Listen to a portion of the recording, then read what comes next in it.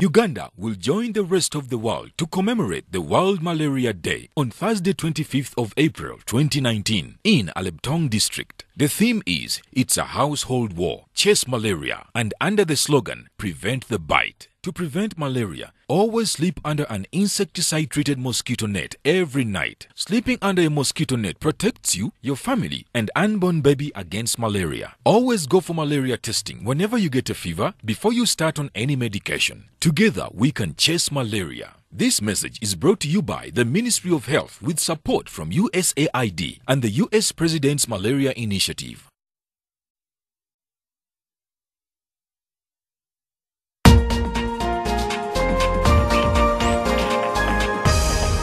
Up next on UBC, brought to you by Airtel, the smartphone network.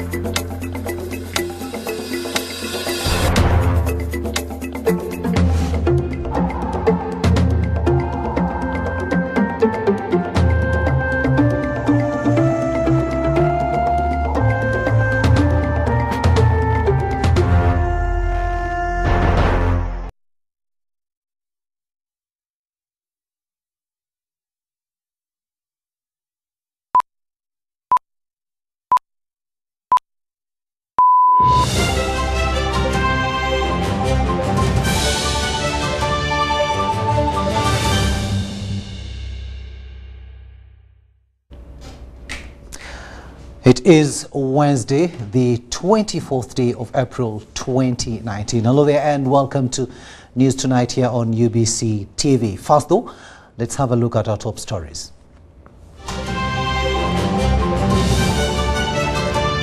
In our news tonight, President Yoweri Kaguta Museveni commends religious groups for promoting education in the country. UPC hails government for reviving Uganda Airlines. MP Chagulanyi faces criminal charges, says Minister Obiga Kania.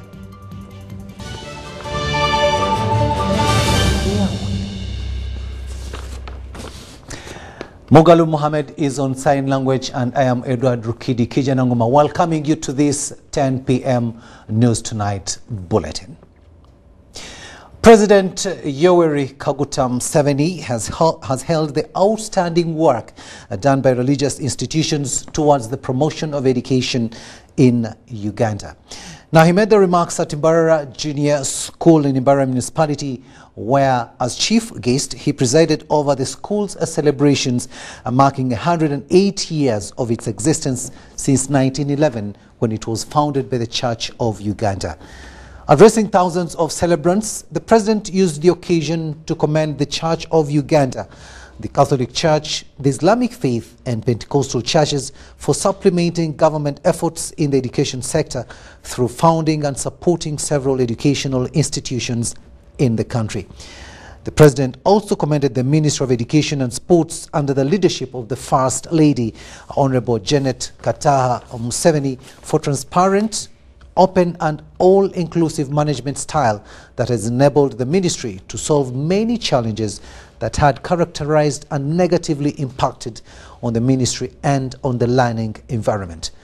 President Museveni had earlier laid a foundation stone for the construction of the school's centenary building that will, among others, house the vocational training center, and thanked the old boys and old girls for raising substantial funds towards the construction of the school's centenary building.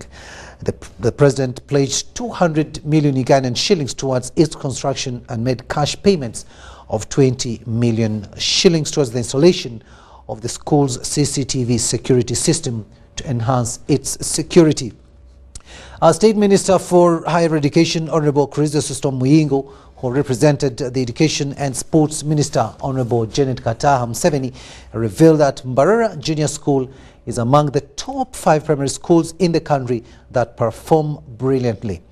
Mr. Muyingo, on behalf of Mrs. Museveni, said that Mbarara Junior School has managed to achieve a lot because of the quality of citizens that the institution has been producing for the labour market.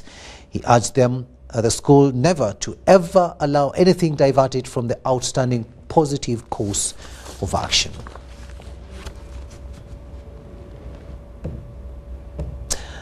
Now to some rather bad news where over 16 people are nursing injuries after the driver of a cargo-laden trailer registration number UAA 497L lost control of it and rammed into 7 cars and 2 motorcycles at Bukoto Junction.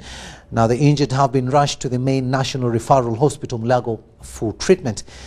Now, the deputy spokesperson of police, Luke Oyesigire, has attached the main cause of this accident to the trailer's bad braking system and pads.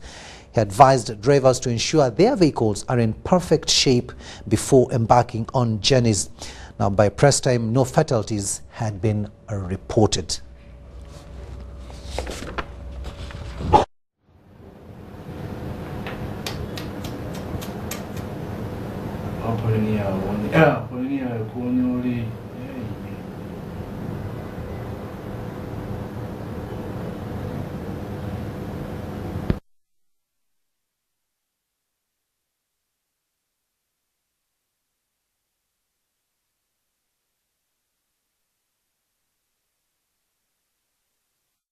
Some of the images there are about that accident that took place earlier this evening in Bukoto. Of course, as we said, there are 16 people sustained serious injuries and were rushed to Mulago National Referral Hospital. And of course, the accident is attributed to bad braking system of the truck and also the brake pads, and that is according to Mr. Luke Oyesigire, who is the deputy spokesperson of police for Kampala Metropolitan Police.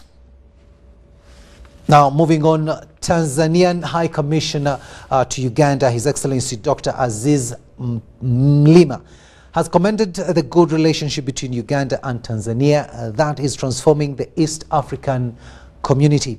Now, Dr. Aziz spoke to UBC at his residence in Kampala at the celebration of the 55th anniversary of the Union of Tanganyika and Zanzibar, forming the first ever political union between 2 sovereign states on the African continent in the post-colonial era, that is 55 years ago. Now, that story is still being worked on by our reporter Bernard Giga, but we shall be bringing it to you when it is ready. But now let's continue with other news, where Uganda People's Congress, UPC, has faulted Electoral Commission for not carrying on civic and voter education despite 2021 general elections drawing closer. The party spokesperson, Michael Osinde, says lack of civic and voter education undermines democracy. Now, he was addressing the media in the weekly press briefing at the party head offices here in Kampala. Have you ever voted a leader and later regretted why you voted for him or her? The regret is probably because you missed on civic or voter education. The leader might have lied to you in his manifesto or gave you money to influence your decision. So when he comes to parliament, he becomes a merchant. He just sells whatever he wants to sell to return the money that he gave you. This is the reason why the Uganda People's Congress, UPC, is faulting the electoral body for failing to kickstart the civic and vote education early enough. 1 year to 2021 elections, with the political party primaries starting next year, UPC is concerned at the level of civic awareness. There is hardly any civic education going on apparently, or voter education going on, let alone addressing the gaps in the program. Osinde says civic and voter education is a vital element of a democracy because it empowers ordinary citizens with knowledge so as to make decisions from informed perspective. The challenge we have is that Electoral Commission comes 2 weeks to election only to tell people how your name will be gotten there, how you should line up and vote. But whether they explain on the importance or raising your awareness on why it is important for you to choose the leader of your choice. Uganda is heading to general elections in 2021 with party primaries kick-starting next year. It is only and only through raising awareness that we can save aspects to do with running to court, aspects to do with the voter bribery, just to mention but a few. Meanwhile, the UPC has also commended government for reviving the Uganda Airlines. It is only our humble prayer that the newborn baby will catch up with the competition international in the world, and we look forward to seeing it sustain itself, and we look forward to seeing it help this economy to grow. Philip Aguta reporting. Thanks, Philip, for that report there. Now, State Minister for Internal Affairs Obiga Kania says police has extended criminal summons to Chandodo East legislator Robert Chagulanyi Sentamu, also known as Bobby Wine. Now, the statement follows a repeat of questions from members of parliament over police continued detention of MP Chagulanyi at his home. Now, on Tuesday evening, Deputy Speaker of Parliament Jacob Ulanya warned legislators against acts of lawlessness, saying Parliament would not protect them.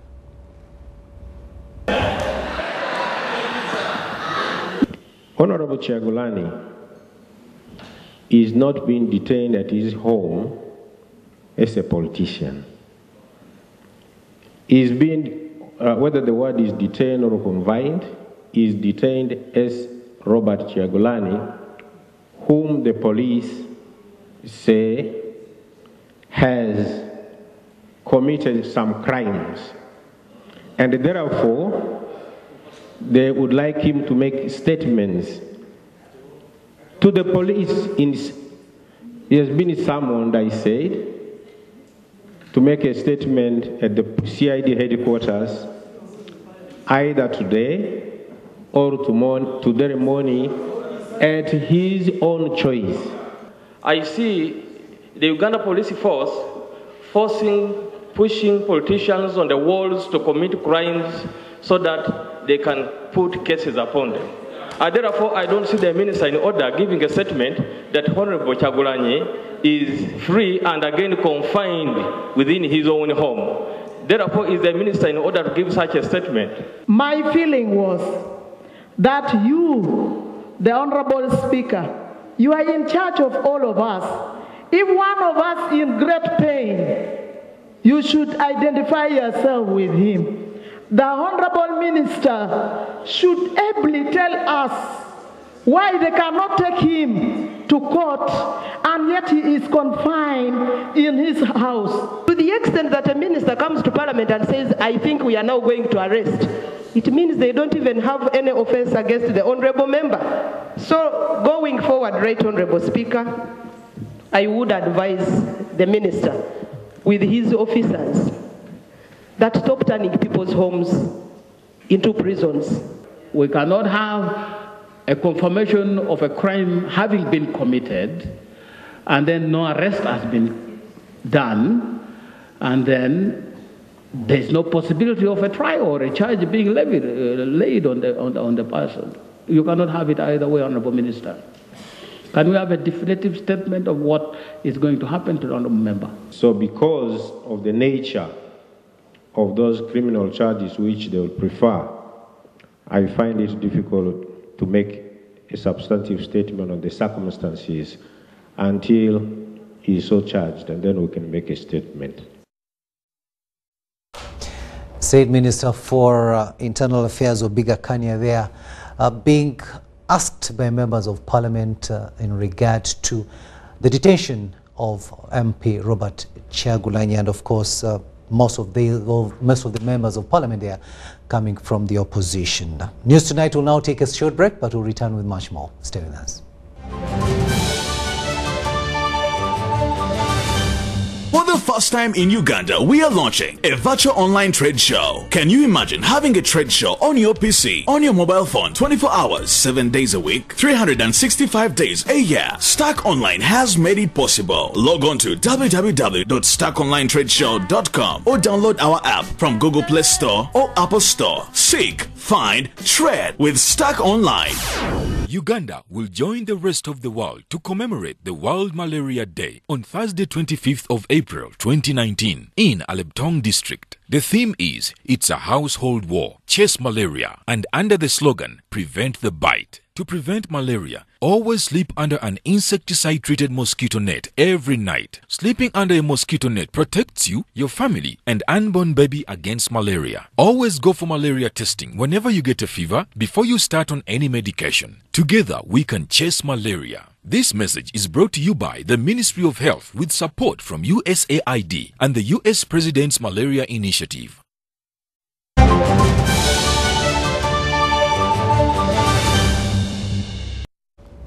Welcome back from that short break, and this is News Tonight here on UBC TV. My name is Edward Rukidi Kijanangoma, assisted on sign language by Mugalu Mohammed.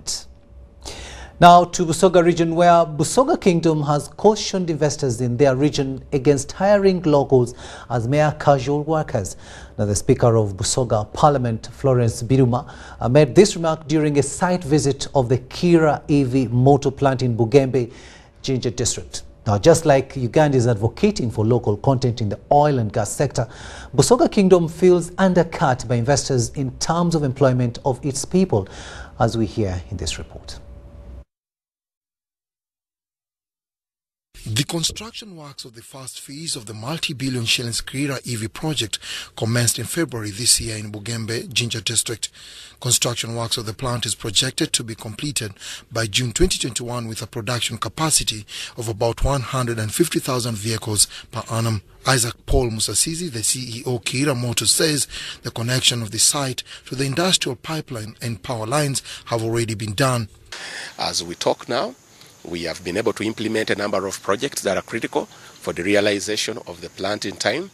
We have extended power, 33 kV line, over a distance of 3.7 kilometers and installed the initial half a megawatt substation, which we expect to expand to at least 14 megawatts.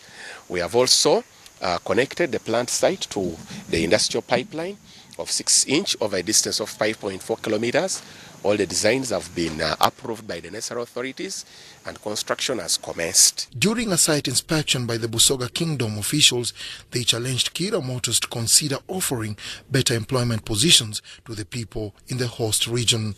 Still, in that line, they are looking to improve and consider the community benefit still in this project.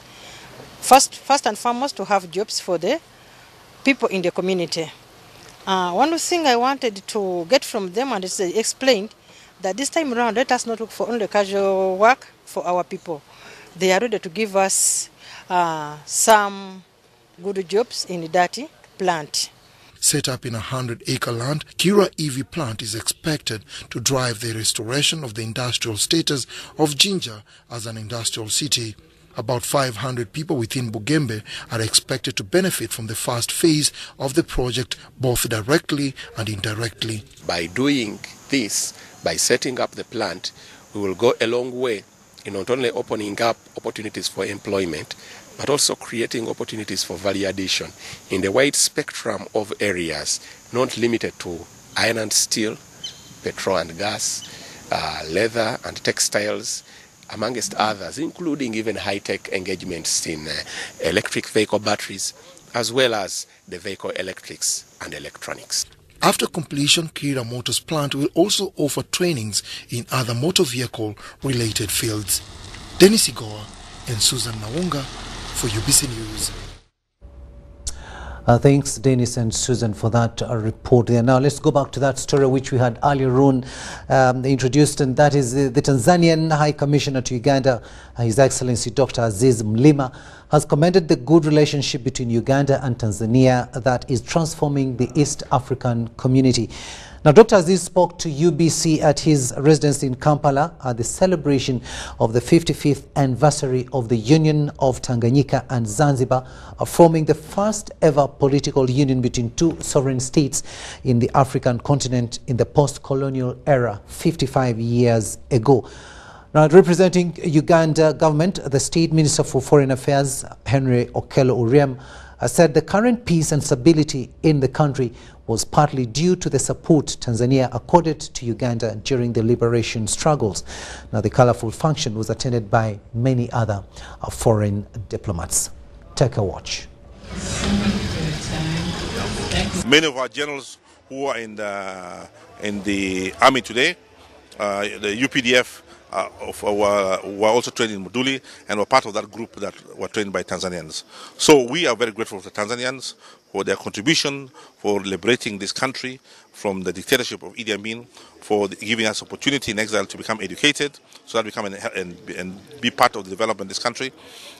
We're also grateful that under the new leadership, there's very close cooperation between the current leadership with President Museveni towards continuous opportunities that are there in trade, in integration, work towards security, and work towards the prosperity of this region.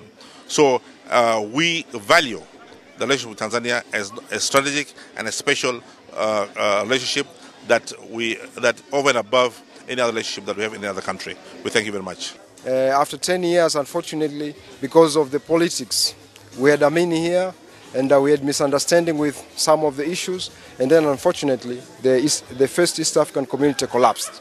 But then it was prudent, and our leaders at that time saw that it was wise to revive it. That's why President Yoweri Kaguta Museveni, President Daniel Arap Moi of Kenya, and President Benjamin William Mkapa of Tanzania decided to revive the East African community, and then we had the current current East African community, which have other 3 members, which is Rwanda, Burundi, and South Sudan. So there is expansion, but also the relationship between Tanzania and Uganda goes all the way back in the formation of the first EAC, and then the revival of the second EAC, and now we have more regional markets, common markets, we have custom union, and then we have a lot of opportunity to trade together.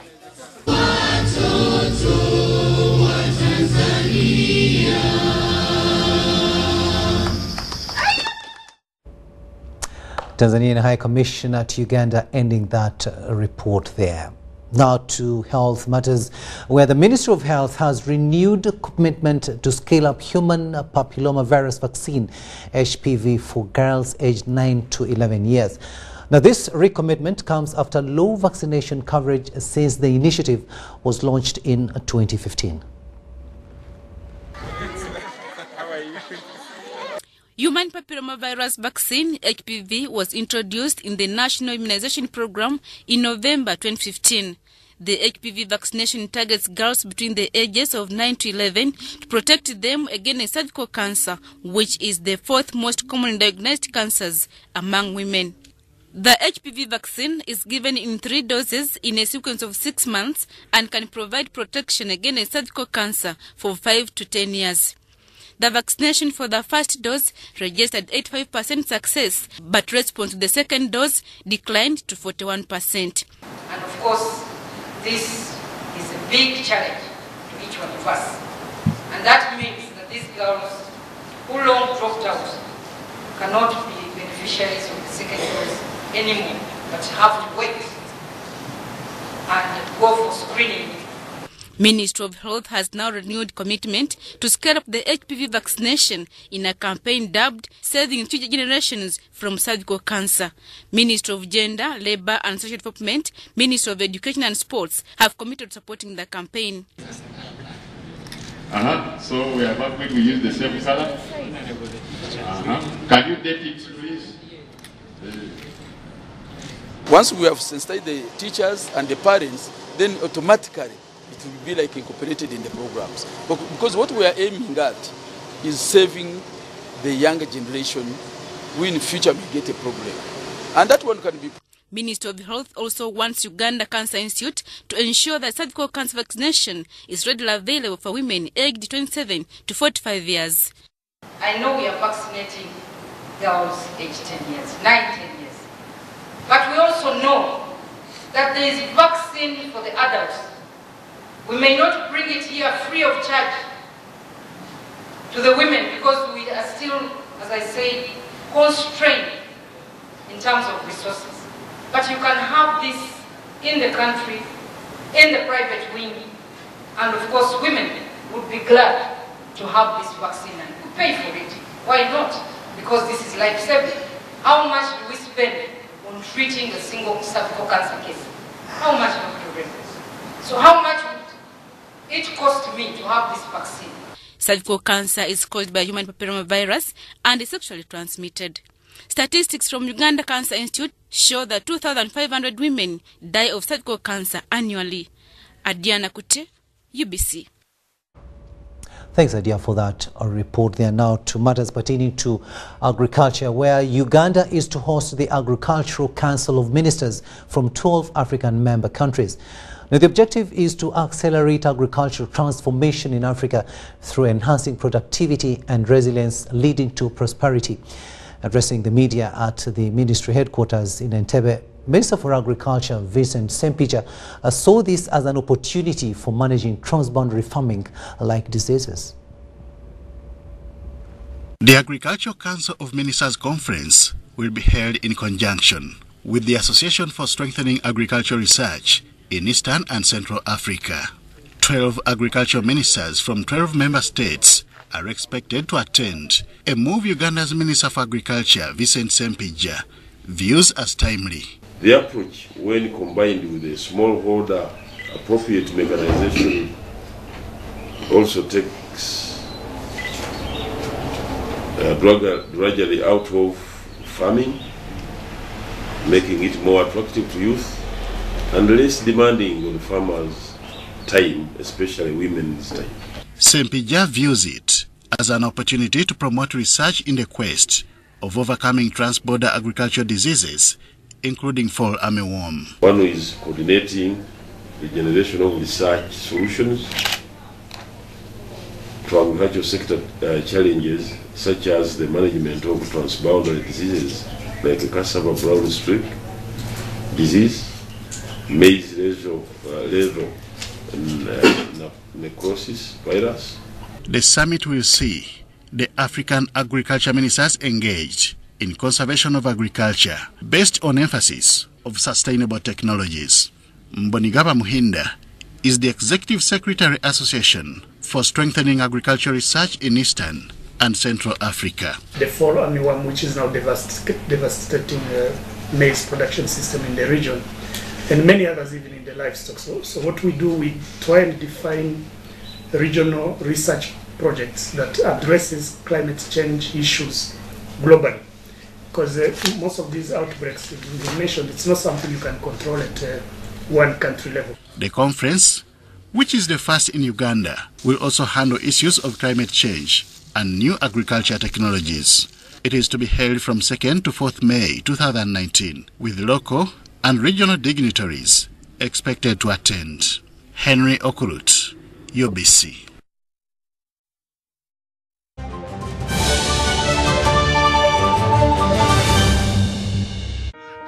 Every dream has a challenging journey.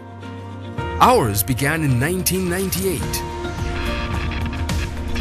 with a mission to drive the development of a robust communications sector in Uganda. We created structures to champion the dream. We've evolved, made discoveries, supported great minds, empowered Ugandans, and fostered a vibrant culture, enabling communication for all. Down the years, we've created memories and networks, uniting generations and building great partnerships. Together, we can go even further. UCC, celebrating 20 years of achievements.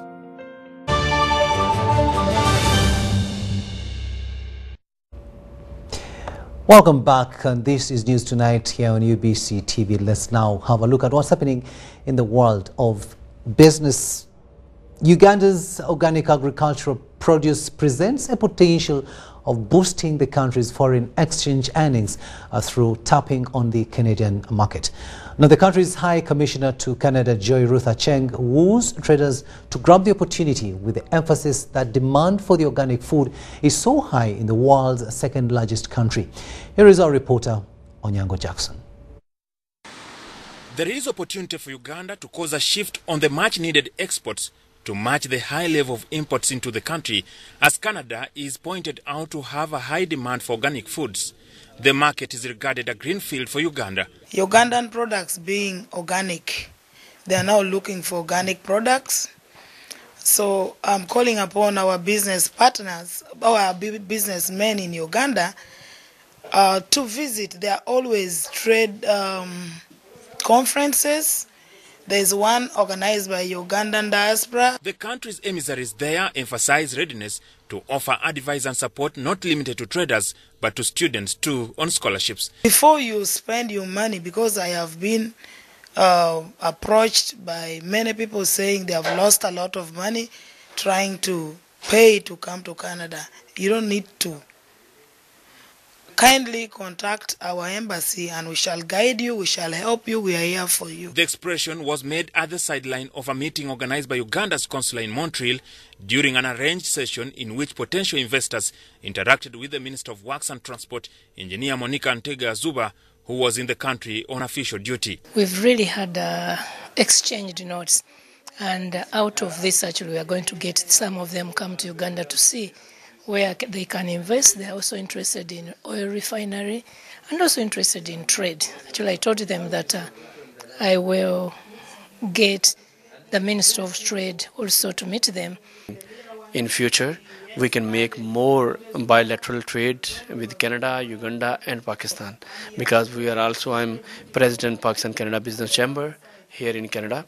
So we are promoting a lot of business, manufacturing, investment in oil field, in textile field. Existing warm relations between the two countries is exhibited by Uganda's recent purchase of jetliners from Bombardier, whereas Canada is among the countries extending financial assistance to the 1.4 million refugees settled in Uganda.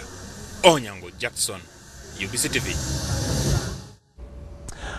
Now, Uganda Retirement Regulatory Authority, OBRA, is to consider growing of the retirement benefit fund as an alternative investment option in addition to the government securities that has concentrated on looking at only returns. Now, during training for trustees in Kampala, the acting chief executive officer, OBRA, Martin Anthony Subuga, said this option not only looks at returns but also capital gains in the long run. Uganda Retirement Regulatory Authority has organized a training of its trustees with the aim of improving the scheme fund investment. Focus has been pressed on ensuring that trustees develop investment policy statements, look at non-investment schemes, and also think about the alternative that can be considered. Accordingly, 73% of the retirement benefit fund has been concentrated on government securities, which only last for 10 years. We are looking at the different objectives of investing in investment objectives. There's one critical one that has not been looked at. The focus is more on liquidity and return. But we are saying there's a third one, which is growth, growing the fund. And you can only grow this fund if you looked at other alternative investment classes. And one of them is look at the equities or the private equities. In that case, the idea they're looking at not only the returns in terms of dividends that are going to be issued to you, but also things like capital gains that will come along the way if there is a huge capital gain in terms of this asset class. Although the authority is looking at considering private equities as alternatives for investment, Centenary Bank is not listed. Catherine Namujuzi Sebunya, Head Customer Relations, Crested Capital, advises trustees to come up with more retirement benefit schemes to raise long-term capital. Employees who are leaving, because remember, most of them are employee-based. Yeah? So if more employees are leaving, it means that you don't have people who are going to be contributing, or if the company is downscaling. So we need to encourage more people, first of all, to get into gainful employment, but also encourage them to work in certain employments for a longer period of time, because every single month that a person is at a certain company, they are contributing to that retirement benefit fund. That also gives the fund manager an opportunity to go and invest in the longer term security. Meanwhile, UBRA has licensed retirement benefit schemes to be used by people in the informal sector to save money for their retirement. The Director, Communications and Public Affairs, Haji Hassan Nakabale, says, unlike the private and government schemes, the procedure for this is voluntary. Licensed Mazima retirement scheme, that one is for the informal sector. We have also licensed Kampala State Traders, that is Kasita pension funds, where people can also save, they are especially the traders. So I encourage the people in that sector to save their money to look like those who are in the private sector and government, who are saving NSSF and the public service. If you don't save your money in those schemes which you have licensed, you are likely to suffer all the age poverty because of failure to save for your retirement. These schemes have started with businesses in Kampala and are to spread in other parts of the country. I'm Nafka Farida, reporting. Thanks, Farida, for that report there. And in a related development, Capital Markets Authority is in the pipeline of increasing investments from the current $10.5 million by more than double. Now, the move intends to entice the public to alternatively invest in capital markets to get better returns on savings. Charles Nsamba, the Capital Markets Authority publicist, revealed this while unveiling the second edition of Capital Markets Week. The current total assets under management of collective investment schemes in the East African community stands at $722 million. Uganda holds shares of about $10.5 million after Kenya and Tanzania. This has prompted the Capital Markets Authority to look for avenues to increase the latter. Targeting specifically issuers or potential issuers to try and educate especially the directors and shareholders of these companies to understand what is involved, what is required. One of the challenges we've seen in many of these businesses is the lack of proper governance structures. The low enrollment of individuals and companies to capital markets is partly blamed on ignorance and the drought spell. Low incomes, and of course there's also a cultural issue in terms of understanding and appreciation. A lot of people need probably a cultural shift in terms of how much they appreciate investment. Early this month, the business fraternity witnessed the exit of African Alliance, which is a long-serving brokerage from the stock industry. I must tell you, however, that they have applied for an investment advisory license, which is under consideration. So they are still players in the market. They have not totally exited. They've just left one arm of the business, which is brokerage. We have about 10 brokerage. We had about 10. Now they are going to be 9. The Capital Markets Authority has unveiled a Capital Markets Week slated for 6th to 10th May 2019. It shall be held under the theme Investing in the Capital Markets for a Better Future. Sandra Kahunda Gaba and Ivan Kahwa for UBC. And that was business news, but we've also got a look at what the shilling is doing today. And of course, that is against selected local and international currencies. And that is in our money market report.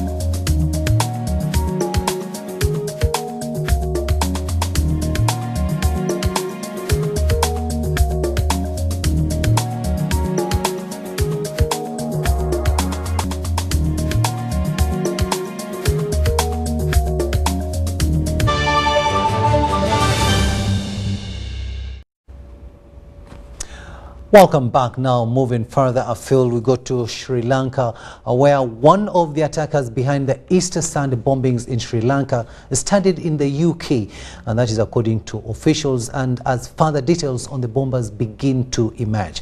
Now, the country's Deputy Defence Minister said the bomber studied in the UK before doing a course in Australia. Now, the announcement comes after the death toll rose again to 359 on Wednesday, with more than 500 people wounded. Prime Minister Ranil Wickremesinghe, he said the Islamic State IS group may be linked to the blasts.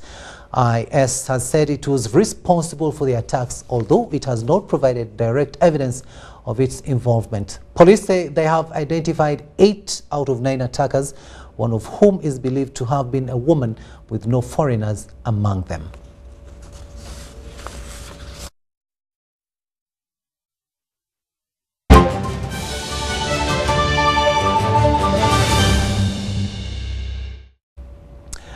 Sports news now, and we begin with football, where the Federation of Uganda Football Association's FUFA's dream of having a well-managed domain has been boosted by the hosting of a CAF club licensing regional workshop. Now, through interaction with technocrats at Confederation of African Football's hierarchy, it is clear that the reasons behind the licensing process are indeed good for the club. John Barnes Sentamo reports. Since time immemorial, change is the only constant known to man that meets a fierce resistance. The sporting world, especially football, hasn't been spared, with many innovations resisted during their onset. One such in Uganda is the club licensing process that was pioneered about 10 years ago but met resistance that almost led to anarchy. Now, initially in Uganda, it looked like a FUFA campaign. FUFA is putting in hurdles for clubs not to participate into competitions. So it was a challenge to change the mindset of the people to understand that actually club licensing is what the clubs should be doing in order to grow the club and participate at a higher level.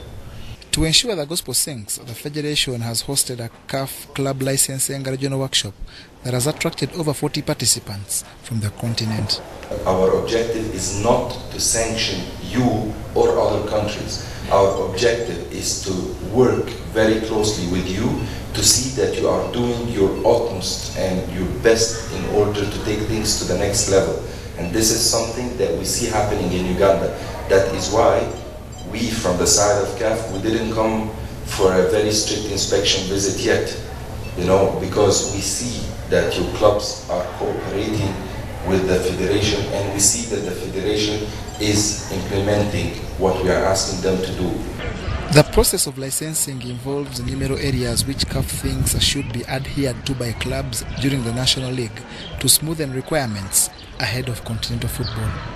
First, study it, not just have a look at it, study it to better understand, because there are things that you might read and you think it's so difficult, but actually it's more simple than you think. I'll give you an example. People read one criteria, which is the availability of a stadium. And they think, oh, I must own a stadium. No, you don't. But you have to have a written contract for the stadium. To remain in the good books at CAF while increasing local clubs' competitiveness, FUFA has released fresh amendments ahead of the 2019-2020 season. FUFA is optimistic clubs will act fast to avoid the last-minute works that usually don't last. John Barnes, Centre, reporting.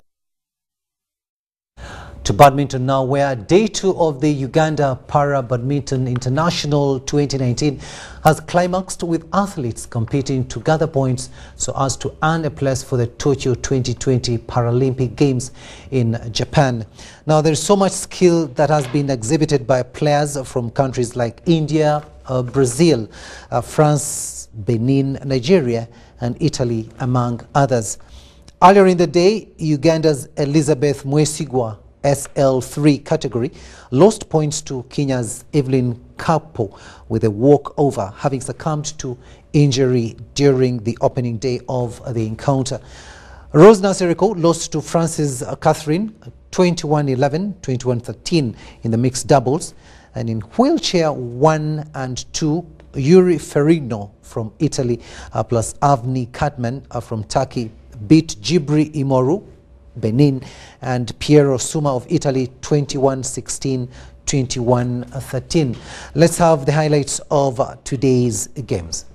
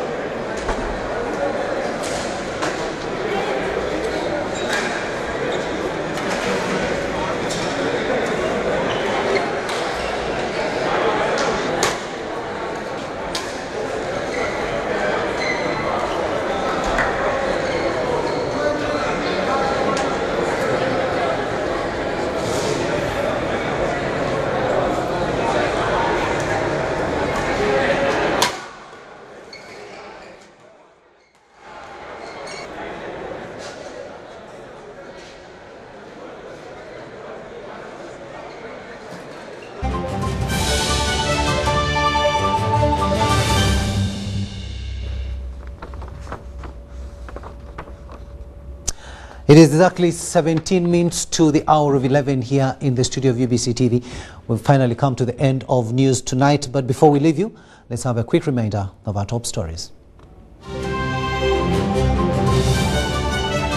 In our news tonight, President Yoweri Kaguta Museveni commends religious groups for promoting education in the country.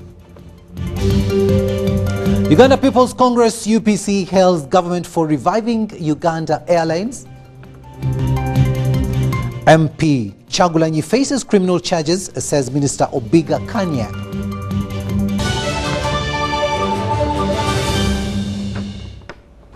That brings us to the end of News Tonight. Thank you so much for having kept us company on sign language. It has been Mogalo Mohammed, and I am Edward Rukidi Kijanangoma, wishing you a blessed night and see you tomorrow, same time, same station. Ciao.